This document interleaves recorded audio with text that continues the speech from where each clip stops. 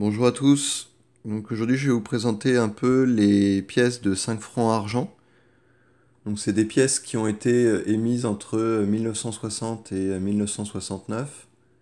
Il y a eu un très grand nombre de frappes sur ces pièces. Elles sont reconnaissables mais déjà par rapport au matériau qui est utilisé. On n'a pas du tout la même couleur que sur une pièce classique. Et au niveau de la tranche, donc on a les inscriptions qui sont liberté, égalité, fraternité.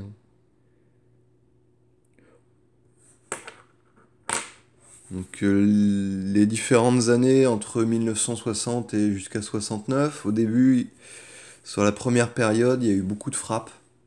Il y a eu à peu près, pour la seule année 1960, il y a eu 55 millions de pièces qui ont été frappées. Donc pour les pièces des années 60, là, comme ceci. Ensuite, ça se réduit au fur et à mesure. Et sur les dernières années, donc 68, il y a eu à peu près 350 000 frappes. 1969, 500 000 frappes. Ce qui est de la valeur, donc ce sont des pièces en argent qui sont avec un, un titrage de 835 millièmes d'argent pur. Donc il y a 10 grammes d'argent pur pour des pièces qui font 12 grammes au total. Pour ce qui est de la cote aujourd'hui, pour des pièces qui ont circulé, donc qui ne sont pas en parfait état, ça se négocie entre 4,50 € et 7 € la pièce, sauf pour les années où il y a eu peu de frappes, donc 68, 69, où la valeur c'est à peu près 8 euros la pièce. Pour des frappes enfin pour des pièces qui ont circulé, pardon. Pour celles qui ont été vendues en coffret, la valeur elle est un peu supérieure. Il y a eu relativement peu de coffrets qui ont été produits, vendus. On a certaines pièces donc, qui ont un marquage, qui étaient des pièces d'essai, où il y a un marquage essai juste à ce niveau-là. Et la valeur tout de suite est beaucoup plus importante parce qu'il y en a eu, il y en a eu très peu. Et il me semble qu'il n'y en a eu que au tout début, donc en 59, avant vraiment la mise en production des pièces. Donc elles sont assez facilement reconnaissables, bah ouais, surtout au niveau de la tranche et au niveau de la patine qui est assez typique de l'argent qui a tendance à noircir. Surtout, il faut éviter de les nettoyer ces pièces. Il vaut mieux laisser la patine plutôt que de la nettoyer parce qu'on perd on perd du brillant. Il y a beaucoup de produits nettoyants qui sont abrasifs.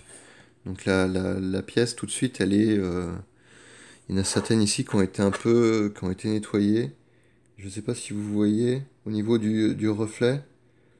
Donc je parle pas des marques de circulation hein, qui sont classiques, qui sont des petits coups, mais vraiment de marques circulaires euh, qui montrent que la pièce a été nettoyée avec un produit abrasif type pierre d'argent ou ce genre de choses, là, les produits blancs, qui en plus de ça laissent des traces. Là, on voit que celle-là, elle a dû être nettoyée, mais il reste des traces de produits dessus.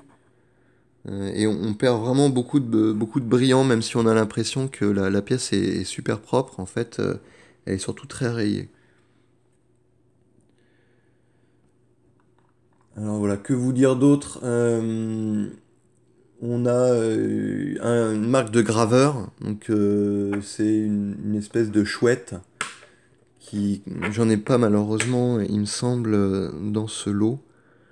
Euh, on peut trouver sur internet bah, la position exacte hein, du, de l'espèce de petite forme qui est sur la pièce, mais qui en soi bah, change malheureusement pas grand chose à sa valeur.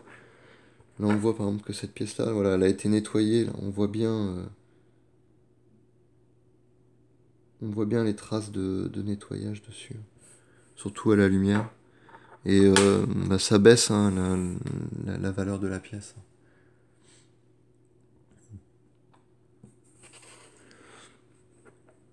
Donc voilà, bah, les 5 francs argent donc, ont eu beaucoup de succès à l'époque où elles ont été mises en circulation parce que le cours de l'or était vraiment élevé. Et toutes les personnes qui souhaitaient ben, thésauriser ont acheté des pièces de ce type-là parce que c'était beaucoup plus abordable. Euh, et aujourd'hui, comme on en trouve beaucoup, c'est pas spécialement des pièces qui sont très rares et qui ont pas pris non plus énormément de valeur.